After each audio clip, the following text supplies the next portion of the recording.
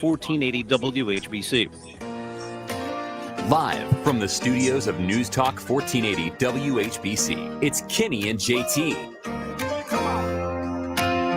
Huge high school basketball game tonight for you right here on WHBC. Tip-off somewhere around 7 o'clock. It is a Federal League matchup between the Hoover Vikings and the McKinley Bulldogs. Hoover with 13 wins on the year, McKinley with 16 wins on the year, but more importantly, McKinley with 1,999 career victories tonight. I love tonight's matchup. Tonight, they win. They get the 2,000, and Dan Belford and Denny Kincaid will call it right here on WHBC. And Bells joins us right now on the Kenny and JT show. How are you today, Bells?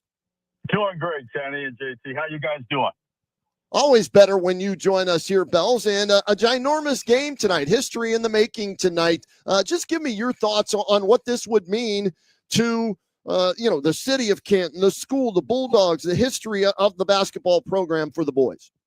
Well, you hit it on the head with history, because I think sometimes, especially in high school sports, we can count championships and we can count guys who had stellar seasons individually, but you get lost in the mix sometimes of the total number and truly the heritage of a program. Think about that. It's a staggering number for any program to put together what they have put together, and that this group of young men, being coached by a former McKinley grad, a former McKinley champion, to hit that magical 2,000 number. I know a lot of people were hoping that chance would come next week or this Friday when they play Massillon. It would have been the marquee matchup for that number 2,000. But it's an opportunity tonight. I think it's beyond special. It's a number that very, very few schools across the country can even bring up in discussion. So we are privileged and we are so excited to be at the iconic field house tonight to do it. You talk about a badge of honor. Growing up here and watching the greats, Nick Weatherspoon, Phil Hubbard. I went to high school with Troy and Ronnie, and we all know their last names. You don't even need to mention them. Just say Troy and Ronnie. Everybody knows 1980-81, Canton McKinley, 5 overtimes, Canton South. We all know the stories. Not going to ask you about what your best memory is, but I mean the other names, the Gary Grants, the Todd Browns, the state championships, the games they went to Columbus and didn't win. This is huge for a city of this town, or of this size, I'm sorry. No, you're right, JT. And you mentioned all those names. Another kid that just popped in my head is David Greer, when he played for McKinley. To me, Nate Cooks, it goes on and on. Yeah, it just goes on and on. That kid was the prototypical point guard who went on to Bowling Green, rewrote all the assist records there, and you can just go down the list and keep going and going and going. It's a very special environment to embrace and have it wrapped around you. And when you can look back one day and say, man, I was part of those 2,000 wins in some way, shape, or form for this school and the history of this school. As JT said, it's a badge of honor, man. It's the biggest badge you could carry around Stark County. It really is. Yeah, with their victory over Harvest Prep recently, that put them at 1,999. They're going to have 3 chances in the regular season, Bells. The first chance is tonight at home against Hoover. Should they come up short there, you mentioned it, they would be at Massillon on Friday for a second chance, and if need be, a third chance against Westlake. But I think they want to get it at home. I know it would be nice against their rival, but don't you think they want to do it at home in the field house? Yeah, that's the point too, Kenny. Home, but at the iconic field house where so many of these great wins have taken place in the tournaments, in the regular season.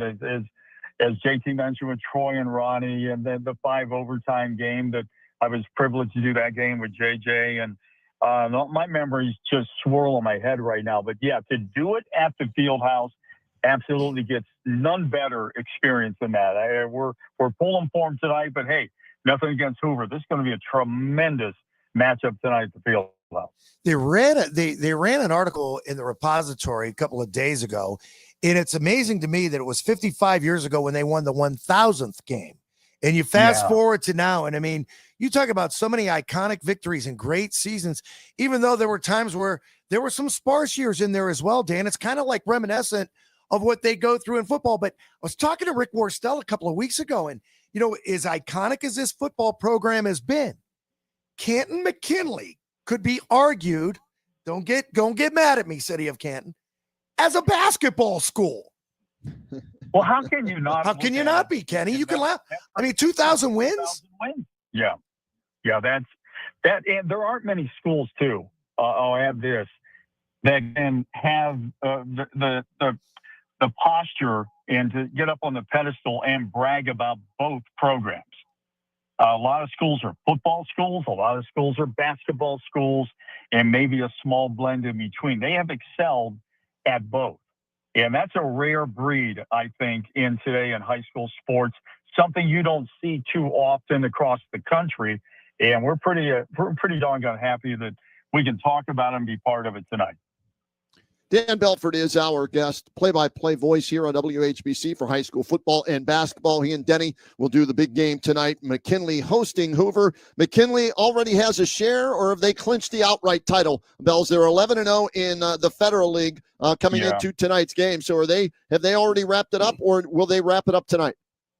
I think they've got it wrapped up, per se. Okay. But, the whole thing on that, too, you mentioned the Fed and the title. That's their sixth title. And so many people will say, well, yeah, they're in the Fed. The Fed is overrated. I've heard this kind of talk for decades. But just to give you an idea, and I know Coach Weatherspoon has the greatest respect for the talent in the Fed. McKinley's been in the Fed 24 years. This is their sixth title in 24 years. If it was such a cakewalk, you'd be rolling these out every year, but it's not. You have great coaches. You have great talent. You have schools with great feeder systems. It is arguably one of the best conferences in the state of Ohio. I want to ask you this way, Dan. I told you I wouldn't put you on a spot and say, is there a most memorable game that comes to mind? But I'm going to ask you this way. When it comes down to the pecking order in no particular order, when you consider the best high school basketball players in the state of Ohio, Clark Kellogg, LeBron James, Phil Hubbard? Oh, no doubt. Are you kidding me? Yes. Eric Snow, Gary Grant. You look at these guys that went on to have lengthy careers in the NBA, 10 years or more. And you have to talk about Phil. You have to talk about Eric. You have to talk about Gary.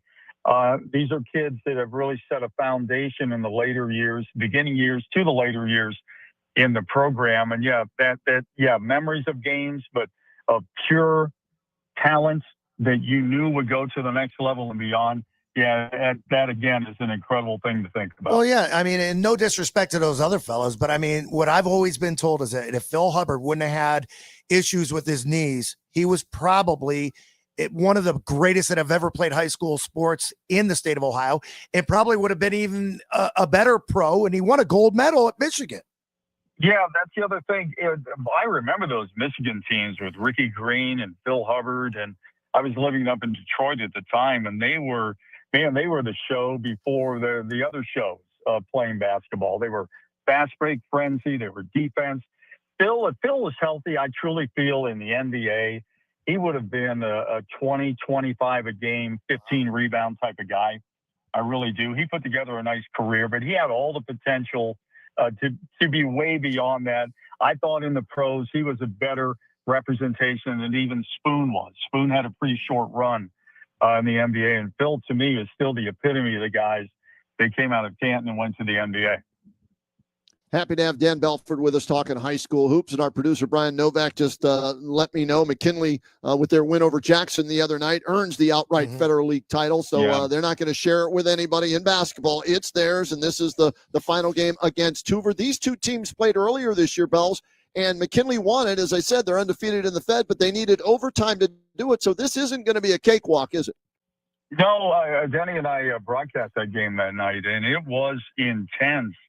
And what I think it's a game, they got up into the 70s that night only because we went into OT, but Hoover played the game they wanted to play. They keep that camp down to about 60. They're a more comfortable team, a strong team in terms of execution. If they can do what they need to do and being in your face on defense and suppressing points, they keep it around 60. It's a game for the taking for them. McKinley, I think, is very aware of that. Both teams are so much fun to watch defensively. Both teams have great offensive output. McKinley, though, if they have one advantage over Hoover, I've seen McKinley go 10 deep this year, and they don't fall off at all when they substitute. They have guys like Legacy Lee coming off the bench and Major Cheek, and you can get some really bona fide starters like Chavers and Thompson and Jamarquise minutes of rest. And these guys come in, and you don't lose leads, and you don't step backwards. You just maintain the flow. They are very, very strong because of their depth. If they have an advantage over Hoover, that's what's going to shine tonight in the game. Well, they rattled off 7 victories where they go up to Cleveland and lose 1 to Ignatius, come back and try to get back on the right path and start to peak again before the tournament.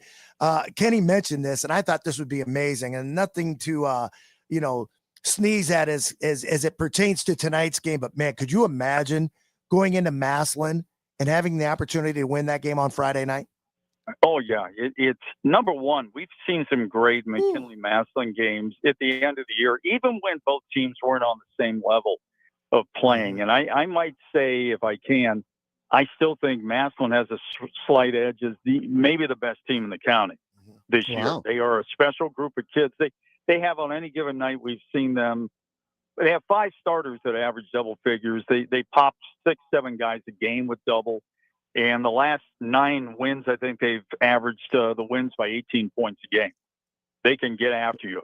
And this will probably be the best McKinley-Massillon basketball matchup that I know in my lifetime that I've ever seen. That gym will be packed if you plan on going. We'll be there to broadcast it, but it's going to be one of the loudest environments that I could ever imagine at that game on Friday night. Breaking it down, high school hoops-wise in Stark County with our guy, Dan Belford. He and Denny Kincaid will call the action tonight. 6:45, 7 o'clock here on WHBC as McKinley plays host to Hoover. But we also tonight on the stream have Central at Louisville as John and George Bazico, boys, will be calling that one. Just your thoughts on Central and the job that Coach Kramer's done with that team, playing one of the toughest schedules for a school that size, and how it's going to prepare them for the tournament. Well, it's the typical Matt Kramer year after year, play a tough schedule. Here we come in the tournament run.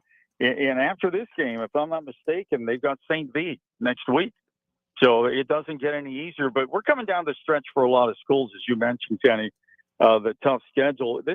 These are all tournament tune-ups to get these kids ready. They just played Hoban and lost a tough one to them. Now they have Louisville, which has improved week after week this year. It's not the Louisville team of last year, but they're a good bunch of kids, and they're going to be better next year. And now you're going to take on St. V.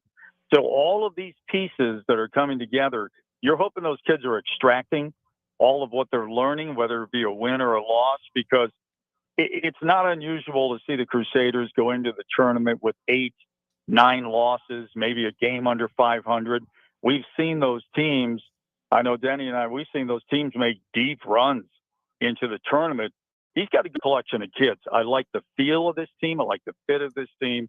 And they have great potential to go well past week 1 and just keep going from there.